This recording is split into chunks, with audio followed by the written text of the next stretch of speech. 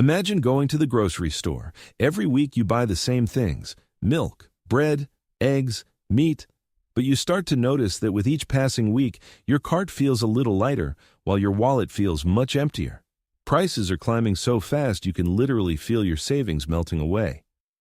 And your salary? Well, it's still there, but it just doesn't stretch as far as it used to.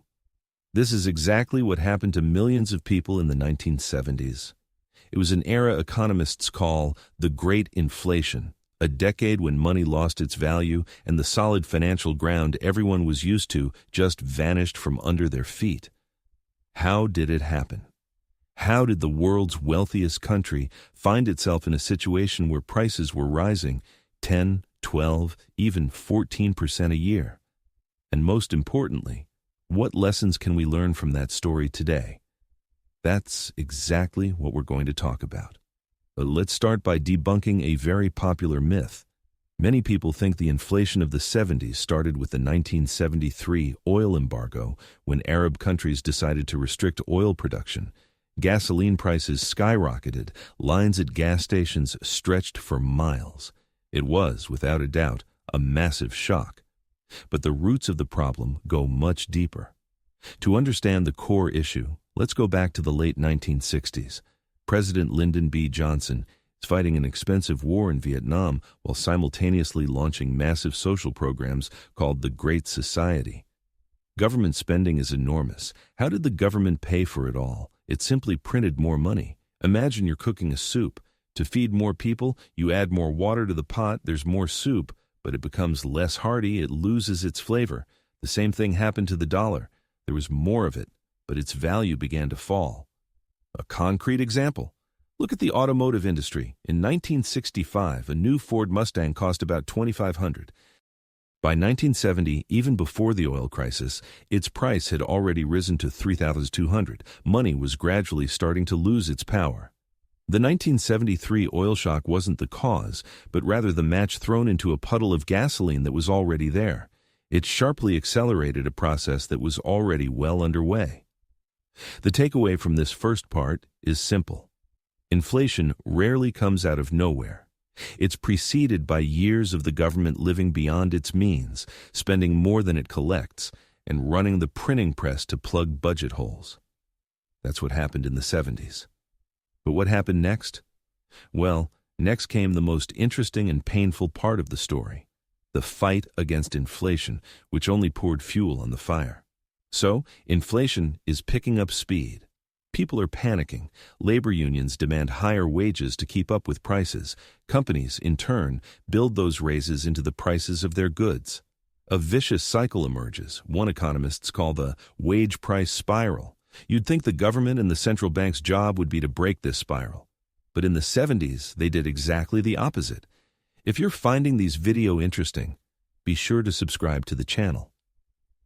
The main failure of the authorities at that time was trying to fight the symptoms of inflation, not the inflation itself. Instead of restricting the money supply, President Nixon's administration introduced temporary price and wage controls in 1971. The government, by decree, forbade companies from raising prices and workers from demanding higher wages.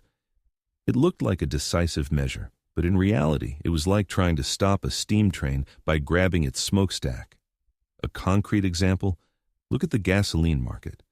When the 1973 oil crisis hit and global oil prices quadrupled, price controls in the U.S. led not to stability, but to total shortages. Oil companies couldn't sell gasoline at the artificially low prices set by the government without losing money. As a result, they reduced supplies. Huge lines formed at gas stations, and gasoline often had to be rationed. The government was fighting the number on the price tag, but this only created an artificial shortage and made people even angrier. The inflationary spiral kept spinning. The clear conclusion here is this: you can't defeat inflation just by forbidding it to exist. Administrative controls are like aspirin that brings down a fever but doesn't cure the disease. The disease was too much money in the economy, and to cure it, a bitter but necessary medicine had to be taken, which, eventually, it was. And this brings us to the final act of our drama, the moment when money finally found a new anchor. By 1979, inflation in the U.S. was like an out-of-control fire. The new chairman of the Federal Reserve, Paul Volcker, understood that half measures wouldn't solve the problem. He decided to act radically. Volcker sharply raised the key interest rate, and he didn't raise it by 0.5% or even 1%, but to an unprecedented 20. Imagine what it's like to take out a loan at 20 annual interest. It's lethal for business and for the economy as a whole. Volcker was willing to take that risk. His goal wasn't just to cool down inflation, but to break its back. He literally pulled the plug, cutting the economy off from cheap money. A concrete example? The construction industry and automaking. When mortgage and car loan rates soared to the sky, people stopped buying houses and cars en masse. Construction companies went bankrupt, factories stood idle, unemployment exceeded 10. It was a deliberately induced recession, very painful, but in Volcker's view, necessary. Prices did start to fall. Inflation, which was 13.5 in 1980, fell to 3.2 by 1983.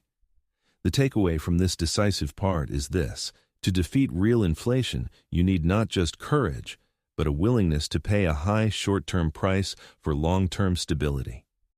Volcker sacrificed economic growth and his own popularity, but he restored trust in the U.S. dollar. He re-anchored its value, showing that the central bank was willing to do whatever it took to preserve the purchasing power of money. So, what does this story give us today? 3 key lessons that are as relevant as ever. Lesson 1. Inflation isn't a natural disaster. It's almost always the result of political decisions. When governments and central banks try to solve immediate problems, whether it's war, social programs, or a crisis, by running the printing press, they are sowing the seeds of future trouble. Lesson 2. Fighting inflation by manipulating prices or wages is useless. It's a fight with the consequences, not the cause. The only effective, though painful, method is expensive money, meaning high interest rates that cool down an overheated economy. And the third, most important lesson: trust in money is a fragile thing. It's easy to lose and very hard to regain. The anchor that holds the value of our savings is not gold as it was in the past, but trust in the policy of the central bank and the government. When that trust is undermined, money truly begins to sink. So what should we do, ordinary people who don't control interest rates? The story of the Great Inflation isn't just a lesson for economists. It's a survival guide for everyone. It teaches us to be vigilant, to watch not only the prices in the store, but also the decisions made by those in power.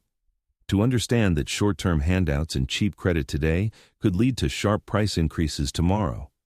And most importantly, it teaches us to diversify our savings.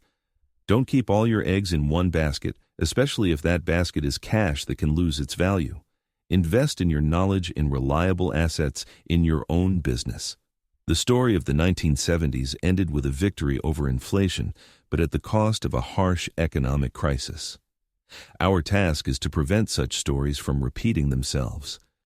And to do that, we must remember the past and demand responsible and far-sighted policies from those who manage our financial system.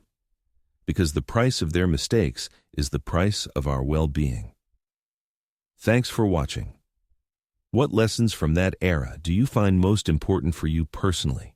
Share your thoughts in the comments below. And of course, subscribe to the channel so you don't miss new videos. We'll continue to break down the most important events in the world of economics and finance.